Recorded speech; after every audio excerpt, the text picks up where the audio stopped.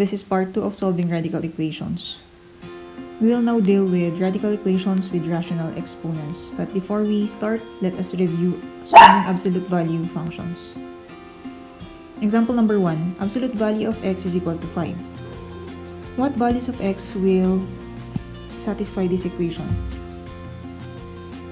X could be equal to 5 or negative 5. Therefore, the solution is 5 and negative 5 because absolute value of 5 is 5 and absolute value of negative 5 is 5. How about this one? Absolute value of x is equal to negative 5. The answer is no solution because the absolute value is always positive. Number 3, absolute value of x is 0. The answer is x equals 0. Absolute value of 0 is 0. Next, number 4, absolute value of 3x plus 1 equals 7. So our rule is you equate 3x plus 1 equals 7 or 3x plus 1 could be negative 7. And then we solve for x. X is equal to 2. So if we replace x by 2, we have 3 times 2 plus 1. Absolute value of 7 is 7.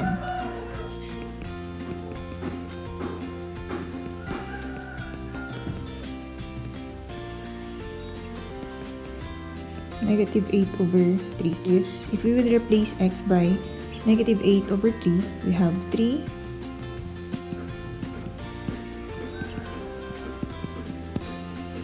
will be cancelled. We are left with negative 8 plus 1 equals 7. We have negative 7. We have absolute value of negative 7 is equal to 7. It's 7 equals 7. So these are our solutions. How about number 5? Negative absolute value of 6x equals 20. If you are going to multiply both sides of the equation by negative 1, we have absolute value of 6x is equal to negative 20. Take note that the absolute value is always positive. So our conclusion here is there is no solution. This is a summary of solving absolute value equations.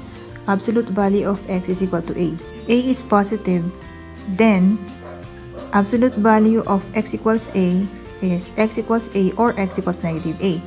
If a is negative, absolute value of x equals a has no solution. And if absolute value of x is equal to 0, then x is equal to 0. Now let's move on to solving radical equations of the form x raised to m over n is equal to k. The first step is isolate the expression with rational exponents on one side of the equation. Number 2, raise each side of the equation to the power of n over m. This is the reciprocal of m over n. And do not forget that if either m or n is even, then this expression is equal to the absolute value of x. The next step is you solve the resulting equation and then check your answer. Let us have this first example. We isolate the expression with the rational exponents. To do this, we transpose negative 4 on the other side.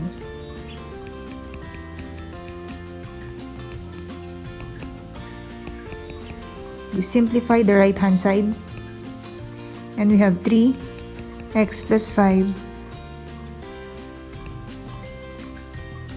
Next, since we have here a 3 and then this is 12, we can divide both sides by 3 to make the equation simpler. 12 over 3 is 4. Next, we were able to simplify our radical equation. Next, we now apply step 2. Raise each side of the equation to the power of n over m. Our exponent here is 2/3.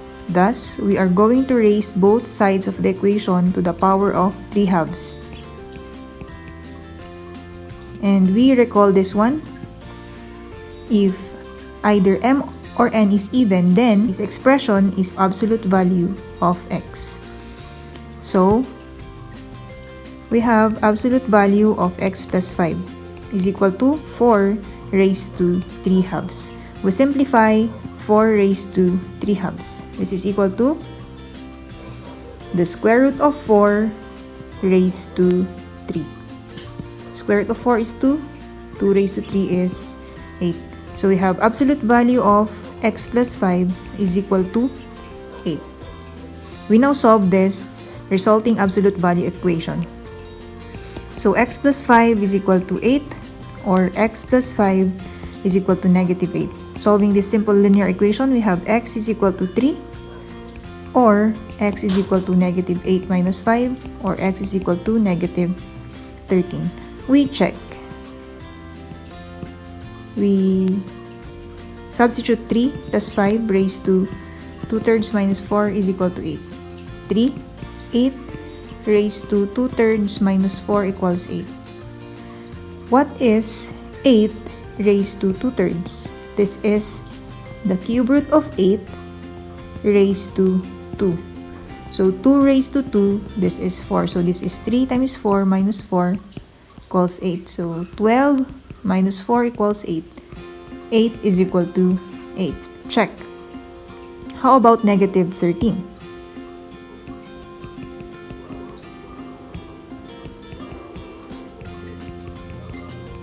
We substitute negative 13 for x and we simplify. Negative 13 plus 5, that's negative 8. Negative 8 raised to 2/3. This is equal to the cube root of negative 8 raised to 2.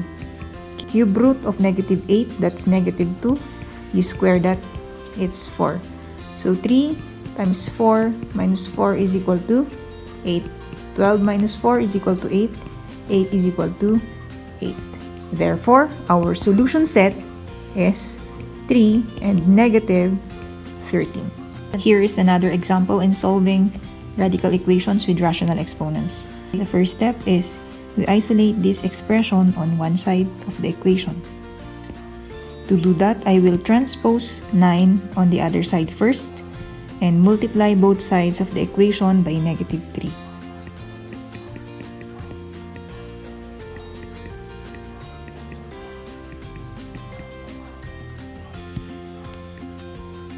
And then multiply both sides of the equation by negative 3 so that we will remove the negative 3 on this side.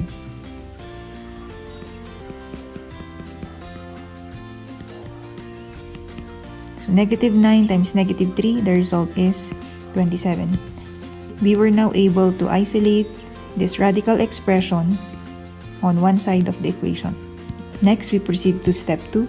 Our exponent is 3 over 4, we raise each side of the equation to 4/3. So take note, if we will apply properties of exponents, this will be cancelled.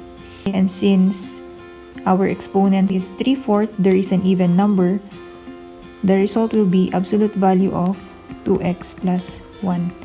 And if we simplify 27 raised to 4 over 3, we have the cube root of 27 raised to 4. Cube root of 27, that is 3. And we raise it to 4, the answer is 81. We now have this absolute value equation. We solve this absolute value equation. 2x plus 1 is equal to 81, or 2x plus 1 is equal to negative 81. We solve this simple linear equation.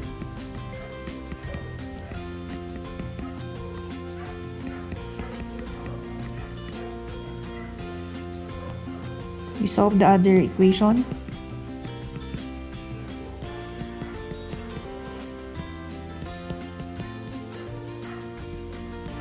And we check.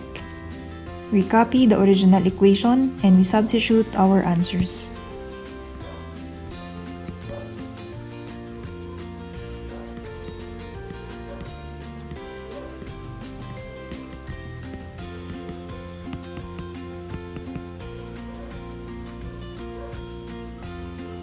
So 2 times 40, that's 80 plus 1.